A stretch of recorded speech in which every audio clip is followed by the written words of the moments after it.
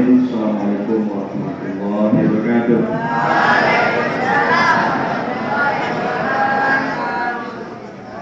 Yang kami hormati Ibu Pimpinan Pesantren Terpadu Islamika, Bapak Kepala Sekolah, SMP, SMA, SMA, serta asatidz dan ummahat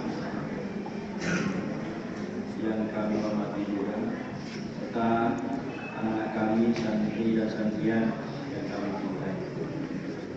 Pada siang hari ini,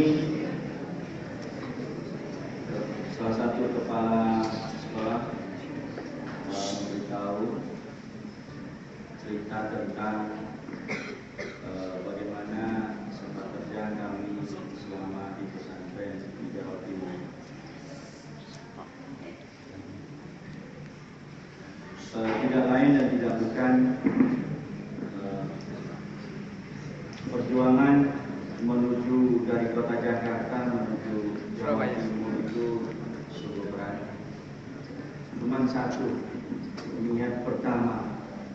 Niat pertama saya berangkat dari Jakarta itu mau nggak disekolahkan di sebuah pesantren?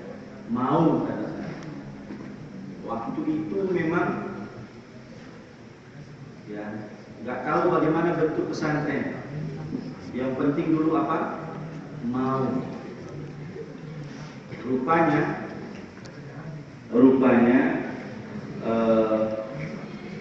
tiba di Gontor itu tidak diterima karena saingannya banyak dari pesantren-pesantren salafi yang ada di Jawa Barat, Jawa Timur, Jawa Tengah. Tapi dari Jakarta dari nol, dari SD memang tidak tahu tentang ilmu agama.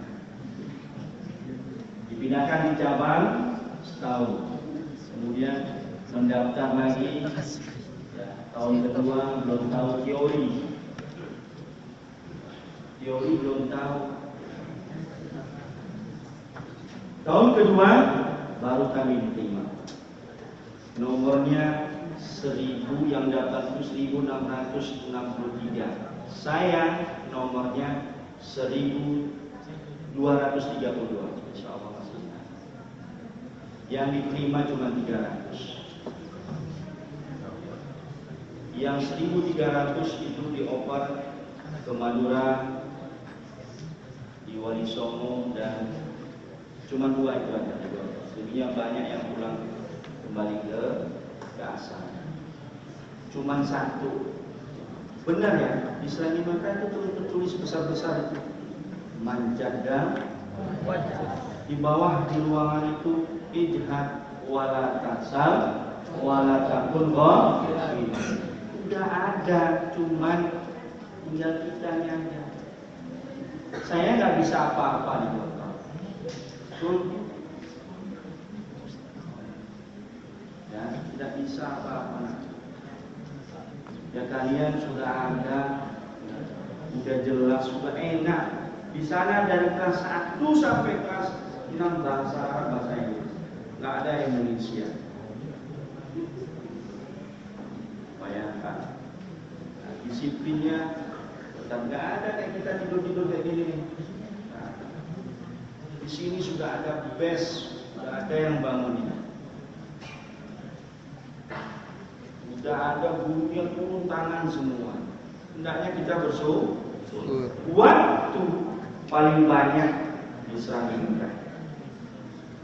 Di Jawa Timur 45 menit setelah asar sampai waktu mau mandi. Setelah mandi lari-lari kejar sampai ke masjid supaya tidak tertinggal. Waktu itu muridnya masih 3.000-an. Kalau melanggar berdiri di jalan, yang lewat itu orang kampung dan santri-santri pada melihat malu. Di sini domirnya yang belum jalan. Apa domir? Saya minta kemarin apa? Domir hati ke. Udah tahu waktu subuh cari alasan. Bagaimana supaya tidak so. Udah tahu jam 7 keluar dari asrama, cari-cari alasan supaya enggak sekolah. Kalau di sana jangan harap. Dan saya minta kepada anggota BES, ya alhamdulillah BES sekarang ya, keluarkan semua, termasuk kelas 12, memang harus kosong. Di asrama itu memang harus kosong. Yang tanggung jawab adalah kelas 11 sekarang ya. Memang seperti itu. Sama di Jawa juga seperti itu. Beda kalau di Jawa main tangan. Bang kelas boleh dikasih haknya untuk masuk. Saya juga pernah terbesar sampai sekarang juga besar tangannya. Karena dari kelas 2 SMP sampai kelas 2, kelas 8 sampai kelas 12, memang saya termasuk orang yang olahragawan. Cuman di sana ya, istihadnya benar-benar takut kalau tidak. Belajar terus masuk masjid, udah Quran dipegang, nggak ada ngomong sana ngomong sini, lihat belakang. Waktu sekolah nggak ada yang namanya duduk-duduk sambil-sambilan, itu nggak ada. Nggak ada bunyi sah keluar.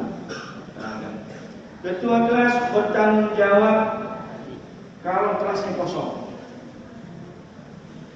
Alhamdulillah dari kelas 1 sampai kelas 6 2 kelas. Kalau nggak ada guru, cari ke kantor. Assalamualaikum Ustaz. Kelas 710, cari gurunya.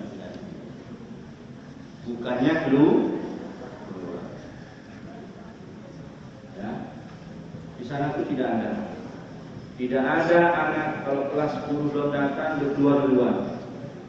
Setelah itu gurunya masuk. Di sini tadi salah satu pimpinan kepala sekolah kita menginginkan kita agar anak kita diperluas. Kita doa kita kurang. Bayangkan ya tadi kan nggak ada yang berdoa, tapi sholat yang tidur, ada nengok sana nengok sini. Ketika keuangan naik, sibuk, ya, naik bayaran. Padahal orang tua enggak, itu tergantung kita. Kalau antum mau tahu, doa untuk orang tua supaya ditambah ya. Jangan kamu yang pusing, orang tua enggak ada yang pusing. Ya, artinya habis sholat jangan cepat-cepat dulu, berdoa dulu. Untuk siapa doanya? Pertama untuk pondok, orang tua kita dulu, selaku pondok, kemudian guru, ya, kemudian kakak-kakak kita yang mendampingi kita selama di pondok, itu perlu. Ya. Kalau ke pondok apa? Supaya lahannya bertambah lu. Orang yang punya tanah itu dimudahkan hatinya itu. Ya. Datang ke pondok, datang ke yayasan, orang dia di samping sini mudah tujuannya kepada orang. Guru di kesehatan kebakaran. Bertambah lagi gurunya yang lebih modern. Sehingga saya belajar di sini enak menerimanya. Ya, baik dulu. Bayangkan 2 tahun 2 kali saya tinggal niat. Siapa yang niatnya benar-benar mau belajar menuntut ilmu di pesantren ini, insya Allah akan berhasil. Cuma belajar, megang buku aja nggak ada. Kemarin ujian, begitu teorinya, seminggu mau ujian saya suruh pegang buku 1, 2.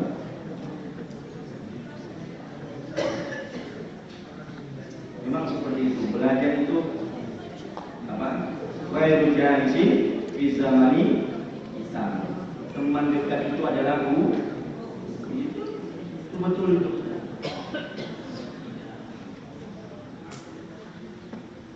Ya itu